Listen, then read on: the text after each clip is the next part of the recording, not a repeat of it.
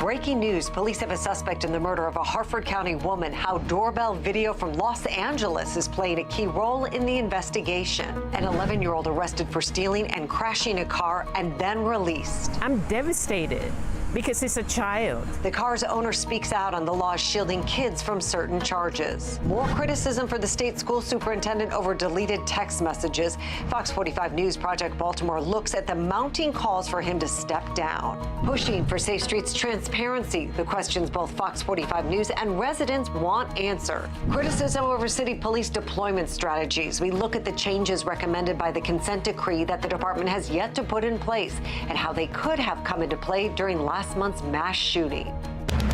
Live from WBFF in Baltimore, this is Fox 45 News at 10. We are following two big breaking news stories right now. The Baltimore Police Department announcing an arrest in the Brooklyn Homes mass shooting less than an hour ago. Plus, Harford County Police releasing video of the man they say killed Rachel Morin and left her body on the Ma and Pa Trail. Good evening, everybody. I'm Mary Bubala. I'm Maxine Stryker. Our team of reporters is covering both breaking news stories. We begin with Vincent Hill and the arrest in Baltimore City. Vincent? Yeah, Maxine and Mary, police making that announcement about 9:20 tonight. In a press release, they say 18-year-old Tristan Brian Jackson of Baltimore City is in custody. He was picked up by the warrant apprehension team earlier today. Now, police say he actually shot at several individuals in the early morning hours of July 2nd at the Brooklyn Homes block party. In all, 28 people were shot, 2 others killed. Jackson is facing dozens of charges, including attempted first-degree murder. However, the release does not list a murder charge. Police did not hold a news conference tonight, instead including statements from the mayor, acting commissioner, and city state's attorney Ivan Bates. In his statement, acting commissioner Worley saying that investigation is still ongoing. And you may remember last month, a 17-year-old was also arrested in connection to that mass shooting on weapons and riot charges, but not charged in that shooting. Mary and Maxine? And Vince, this isn't the first time Jackson has been in trouble with the law. What have you found out about his criminal history? Yeah, Mary, back in February of this year, he was actually charged as a juvenile for bringing a loaded gun into Mervo High School. Obviously, those charges did not stick. He was able to get out and take part in that Brooklyn Day mass shooting. Again, police say at least a dozen guns were used on that day. For now, we're live at BPD headquarters. Vincent Hill, Fox 45 News.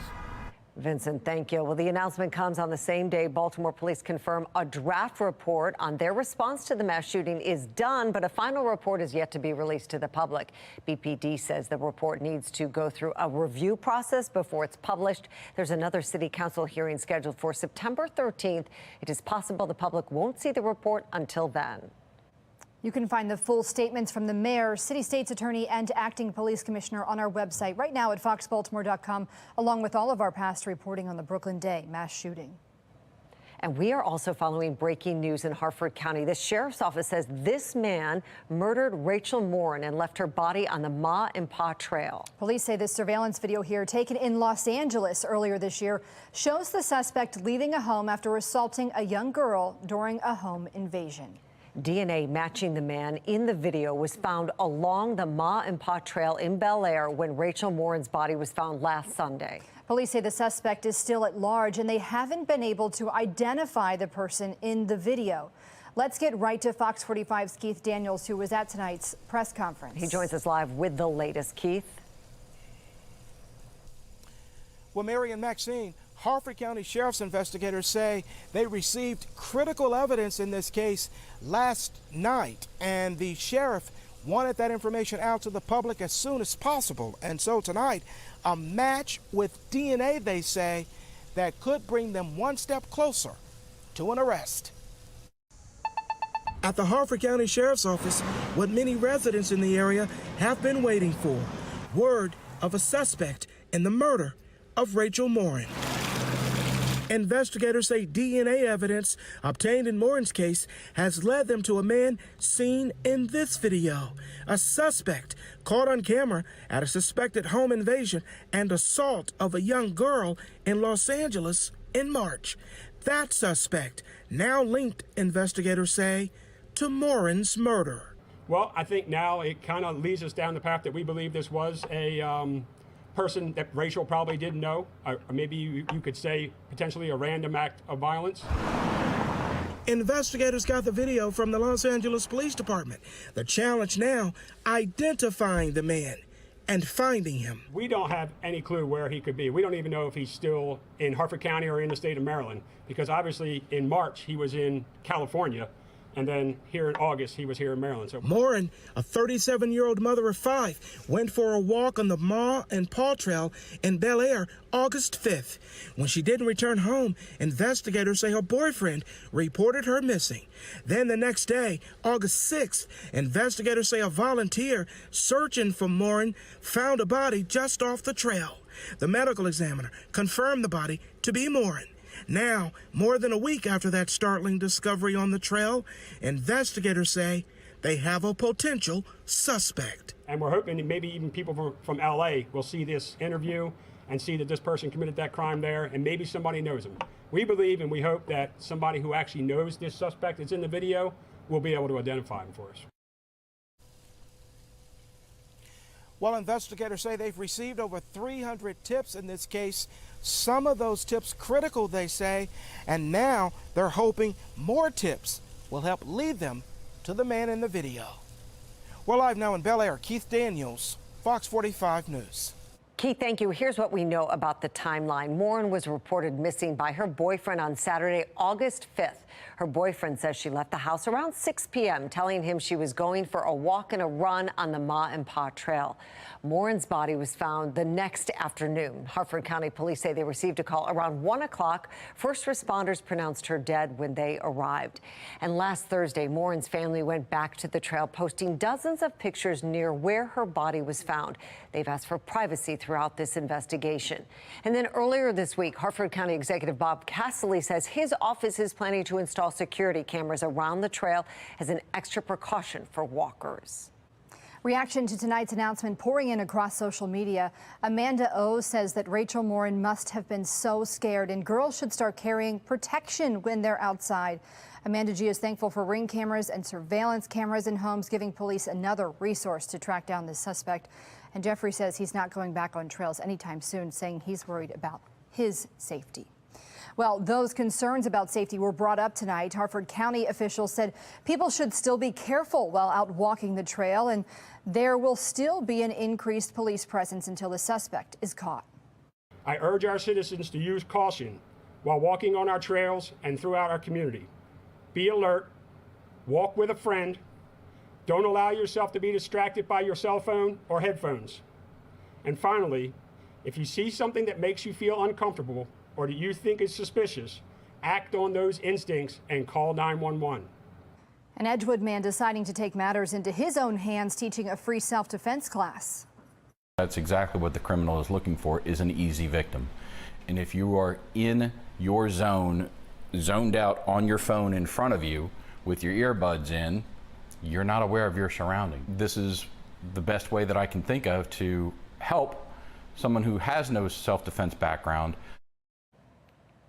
And again, this is what we do know about the suspect. Police say he is around 5'9", 160 pounds. They say he's of Hispanic descent and is in his early to mid-20s. Anybody who recognizes him should call the Harford County Sheriff's tip line.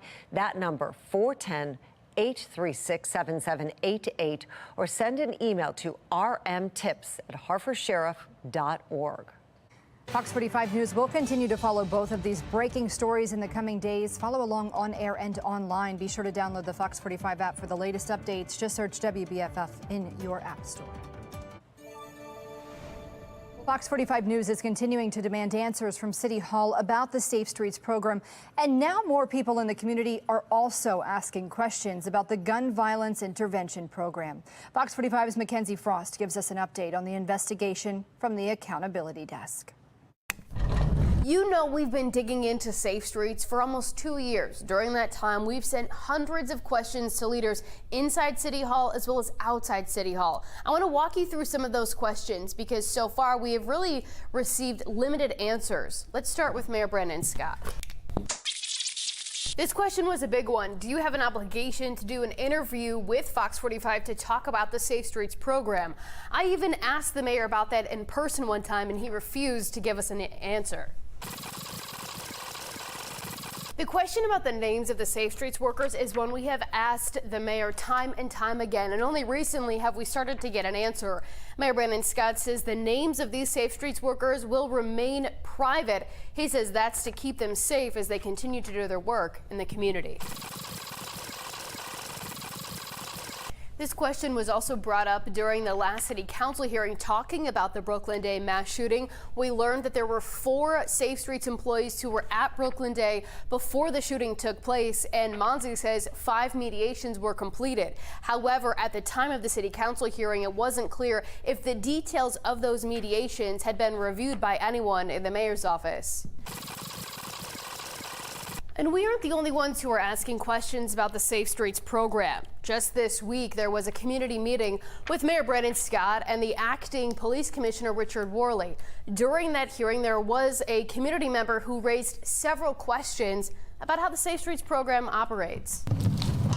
The woman asked the question of the acting police commissioner, wanting to know how BPD and Safe Streets could work closer together to make Baltimore safer, but instead, the mayor answered. We have to understand that there's always transparency with these programs. The monies that we spend on Safe Streets is out there for anybody to see, but what we are not going to do is allow these right-wing people to come in and try to tear down folks who have changed their life and want to make their neighborhood a better place. I reject that characterization. None of us wants anyone to be hurt, harmed, certainly not killed or murdered, Absolutely. Whether it's Safe Streets or anyone else. I'm speaking again as a taxpayer, not a right-wing media person. Not you. You know what I'm talking I don't about. represent any media company or corporation. I do represent, or at least personally represent, a taxpayer, a homeowner, a citizen, and I think we have the right to understand and know better where and how our money is spent. But we know that's not true. Through a public records request we obtained, we reviewed the contracts,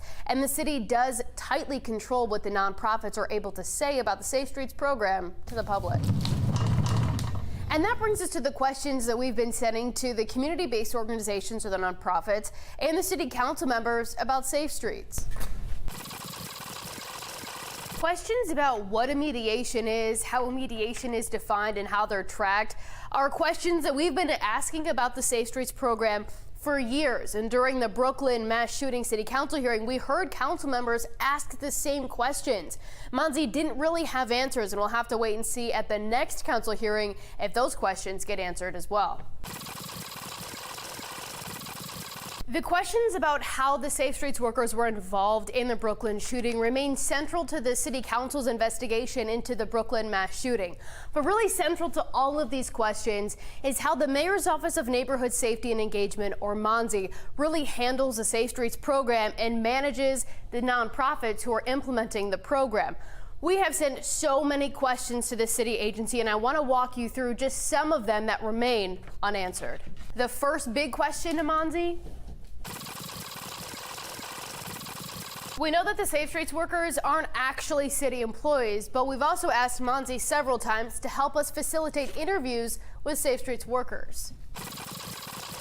This question about if any Safe Streets workers have ever used their employment status to avoid arrest is extremely relevant because we know of at least one example, Ronald Alexander, who was arrested by the federal government and caught, and federal prosecutors and investigators say that Alexander tried to use his Safe Streets employee status as a way to avoid arrest during that investigation. This oversight question is really critical because last spring we know that MONSE produced the internal report showing that the Safe Streets program really lacked an overall oversight mechanism. That's something that the Mayor's Office of Neighborhood Safety and Engagement has said that it is working on to ensure the program operates effectively. At the end of June, Shante Jackson, the former director of MONSE, left her position. She resigned, and really the city has yet to say who will take her place. But while Jackson was in that position, we would ask her when she was at public events to answer questions about the Safe Streets program. And it really seemed like she didn't want to talk about it. Director Jackson, can I ask you a couple of questions? I think the mayor said meet us at the next. Are you going to have to realize that we have a job and we have the right to ask questions and get information out. Director Jackson, can we talk about the multi-year Safe Streets contracts? We don't have any comment today. I know that you announced your resignation, you're planning to leave. Can you say where you plan to go? Let me stop right here. Okay. Never, ever will I prioritize any news about me over top of news about our young people. That's why I didn't ask we during can the save press that conference. question for a time when I'm ready to share it. Thank you. If interim Monzi director Stephanie Mavronis is willing to sit down with us and do an interview to talk about the inner workings of Monzi, as well as how the Safe Streets program operates, we're more than happy to make that happen. In the meantime, we'll continue to demand answers from the leaders of Baltimore to figure out how your tax dollars are being spent. At the Accountability Desk, Mackenzie Frost, Fox 45 News. Fox 45 News has done extensive reporting on the Safe Streets program for years. Our complete coverage is available right now online at foxbaltimore.com.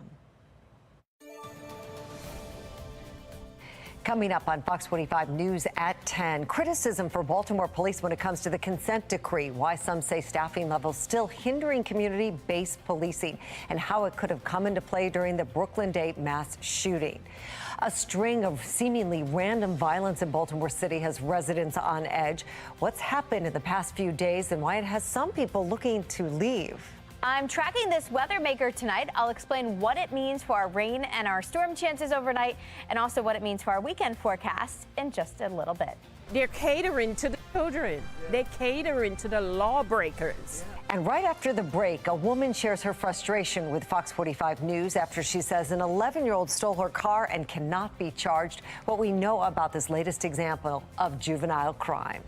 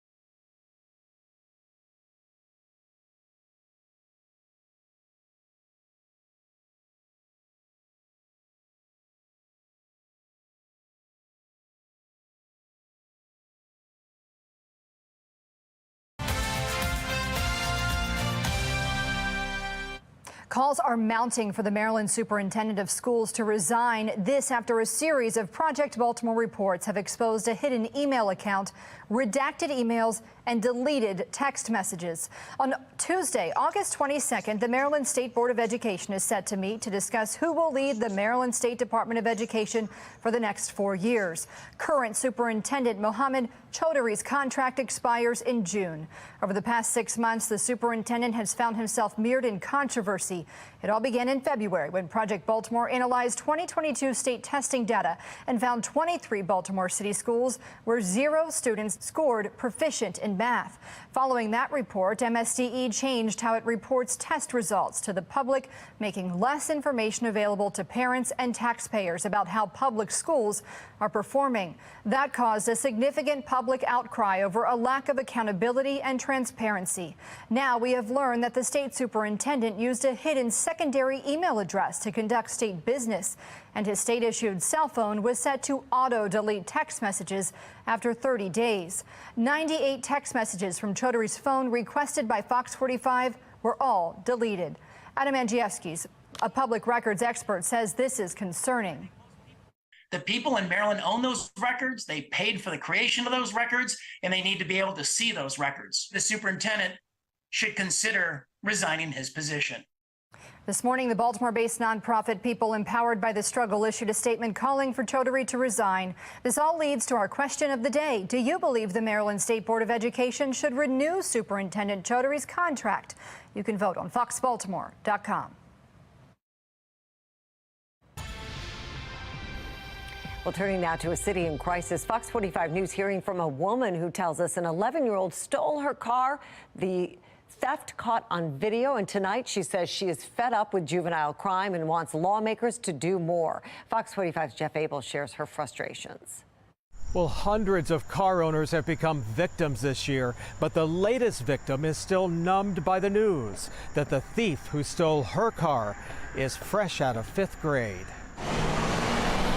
It was a sleepy Saturday afternoon when officers came knocking on Norma Trotter's front door. I said, "Can I help you?" And he said, "Do you own a Kia Sportage?" And I said, "Yes, it's parked right there." And when I look around the corner, the car was gone. Trotter had no idea that while she was inside her home on Saturday, this was happening outside. 2 young thieves driving a black vehicle had stopped beside her Kia Sportage. They crashed through her car window, went straight to the ignition, and in less than 5 minutes, the thieves and her gray Kia had vanished. This is a Saturday afternoon at 1:45. That's brazen. But what was perhaps even more disturbing was what she learned about the thief. Within minutes of stealing the car, he had sideswiped another car, and when police pulled over the driver, she learned the news. Actually found the child that was driving the car was an 11-year-old boy. The car being stolen is one thing, but I just could not get over a child. That's a baby. Trotter had become one of hundreds of victims whose Kias and Hyundais have been stolen this year. But in her case, she'd not only been victimized by a thief, but also by Maryland's new law, which prohibits those 13 and under from being criminally charged. The police officer said, well, there was nothing we can do because it's an 11-year-old. All we had to do was inform his parents and they would pick him up at the station.